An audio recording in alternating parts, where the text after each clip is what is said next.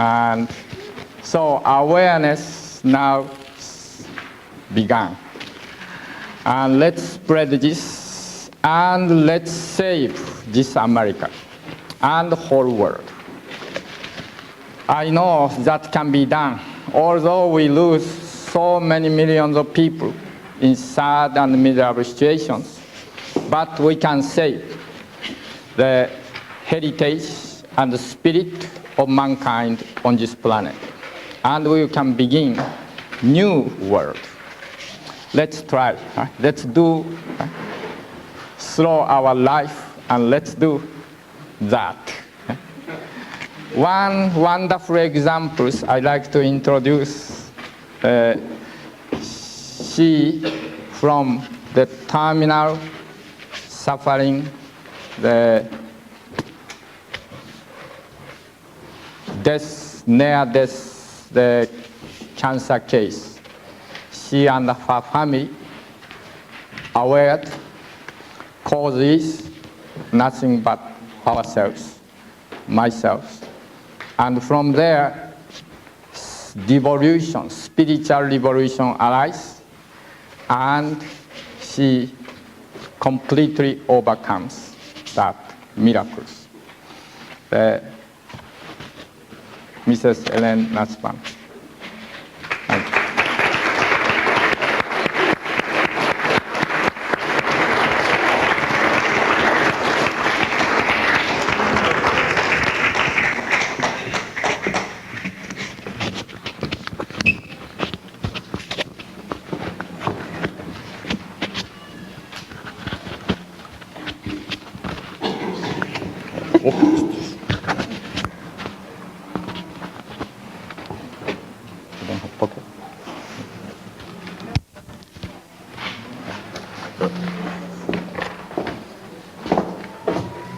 Thank you. Thank you. Well, first I want to say it's so nice to be here again, to see so many old friends, meet so many new ones.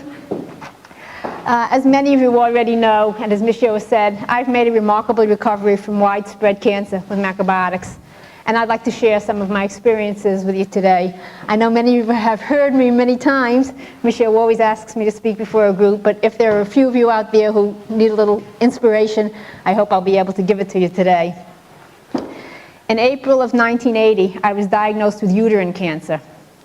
It was a mixed tumor, a carcinosarcoma, and it was embedded in the muscle of the lining of the connective tissue of the uterus.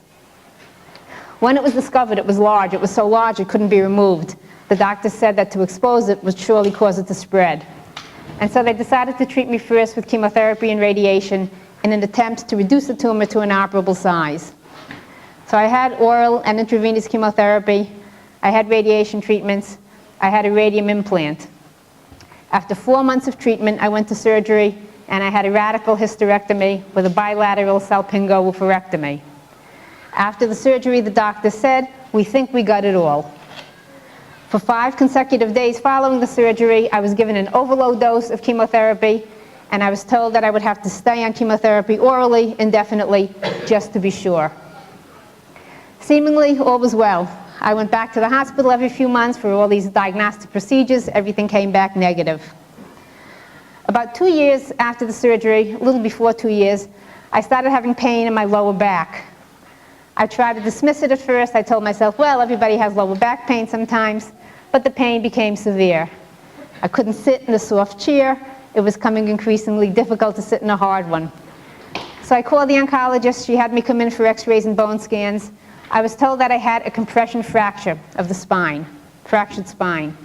I asked, does this have anything to do with the previous cancer? The answer was no, not that we could see.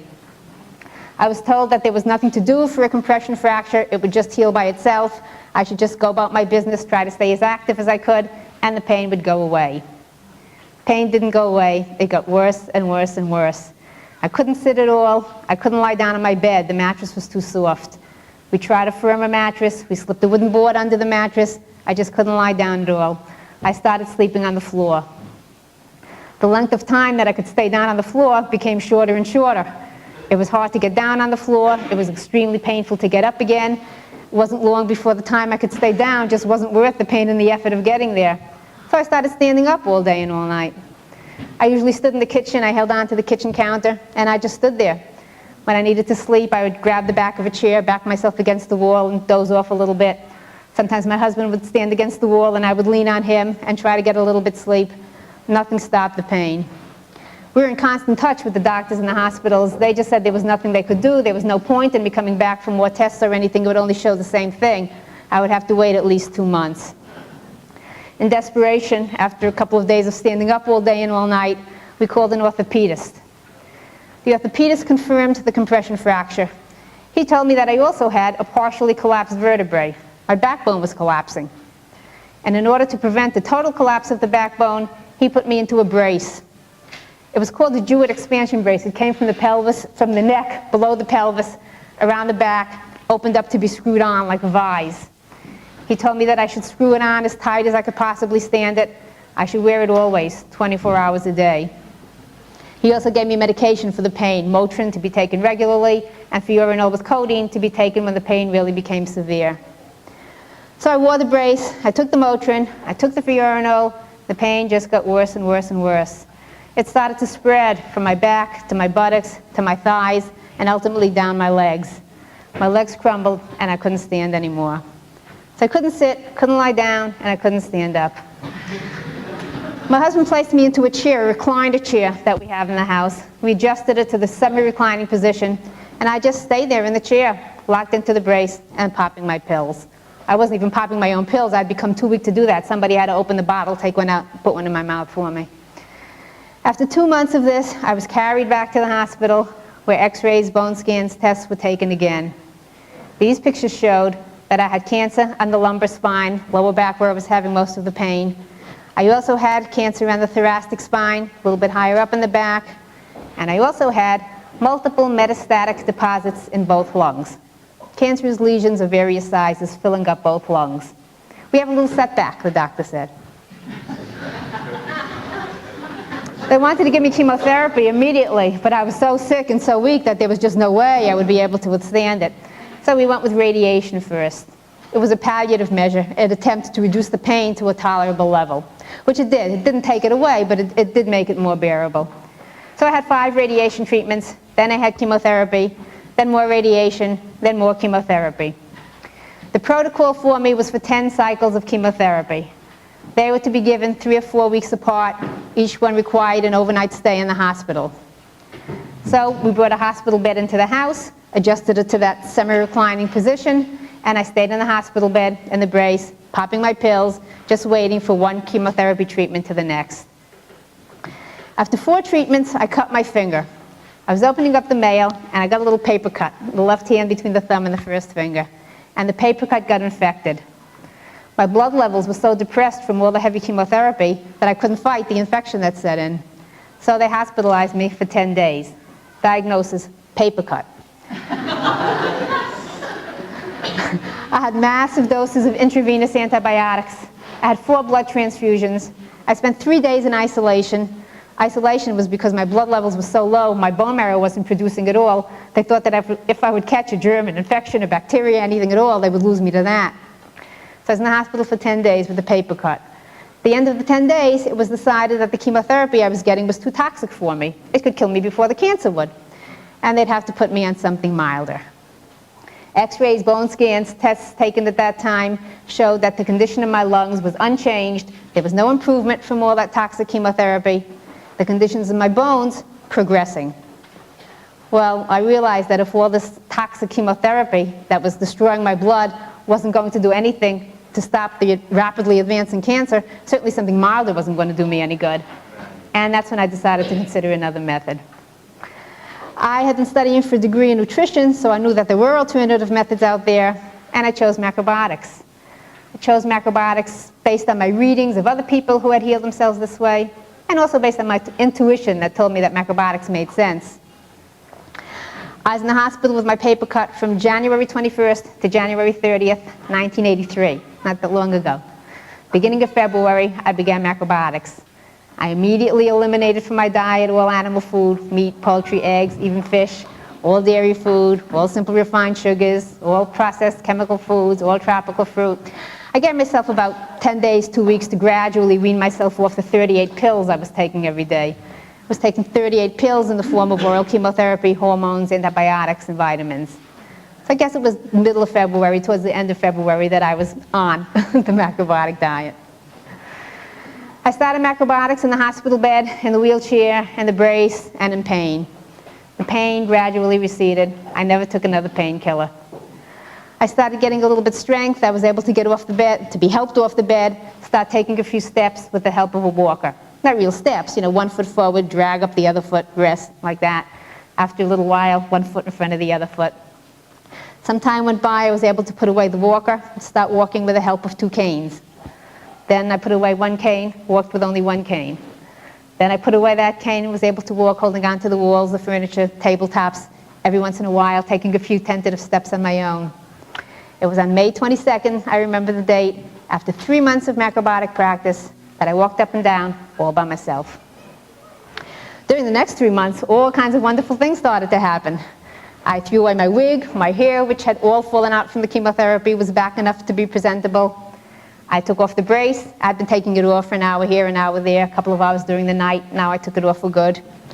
Returned to the hospital bed, started driving again, resumed my studies towards my master's degree in nutrition. By the end of August 1983, after 6 months of macrobiotic practice, I was a completely different person. I changed from a sick, depressed, pill-popping invalid to a happy, optimistic, and very, very grateful, pain-free person. In November of 1983, Thanksgiving weekend, after 9 months of macrobiotic practice, Michio Kushi told me that all the symptoms of cancer were gone. It's now 3.5 years, a little more than 3.5 years, that I've been practicing macrobiotics. Here I am, and I feel wonderful.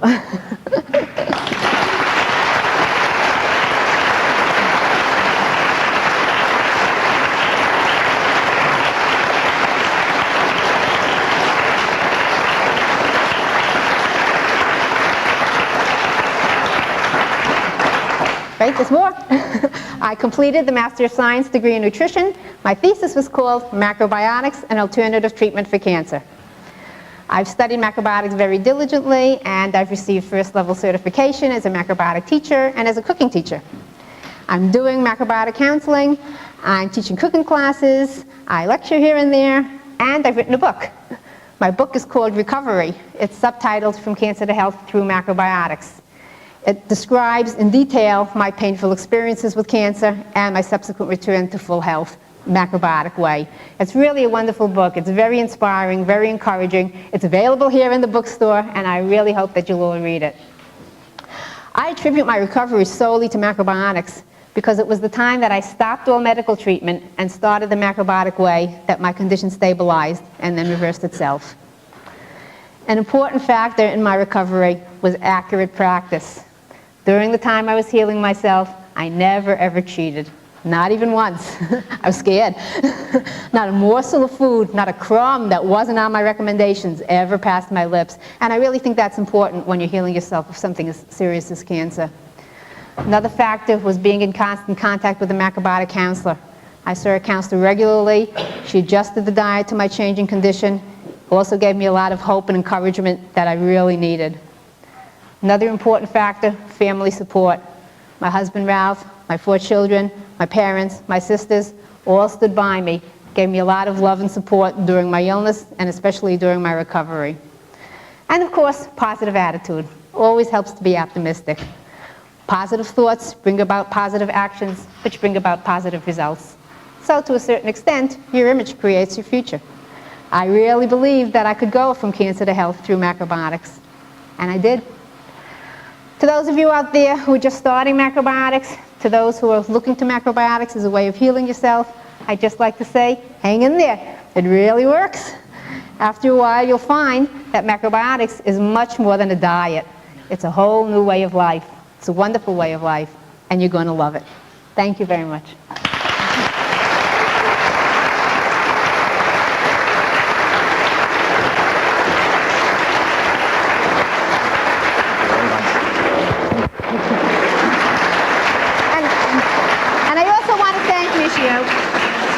I want to thank Michio for sharing his time with me today and allowing me to share the story with you.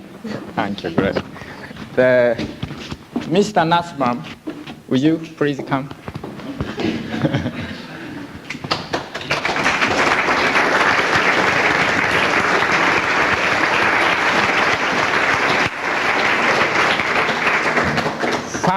Family unity, family love, helping each other is so important. Let us hear from him.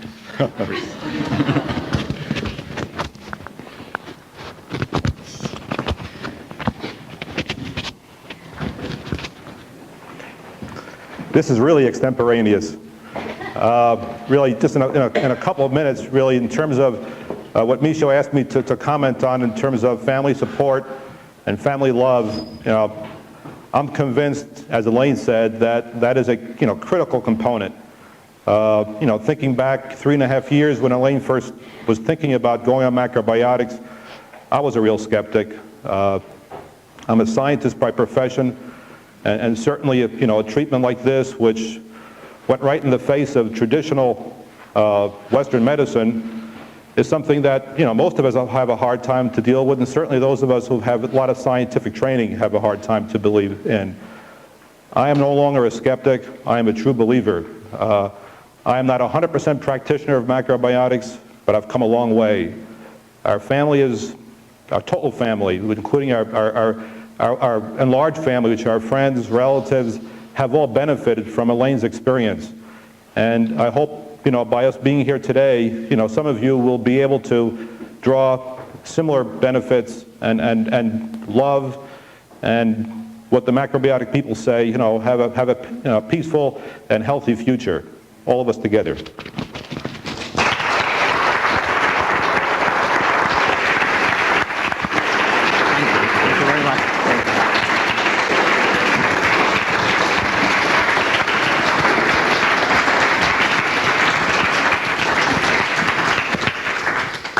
With this wonderful family experience and also many other hundreds, thousands of experiences throughout the world, we know we can do. We can do to prevent and even become like that. We can relieve and recover, and we can do this, and we can do to save this mankind. So let us do together. Let us do together. Family is very important, family help. Same thing, we all become one family, and let's help each other. Let's encourage each other. Thank you very much.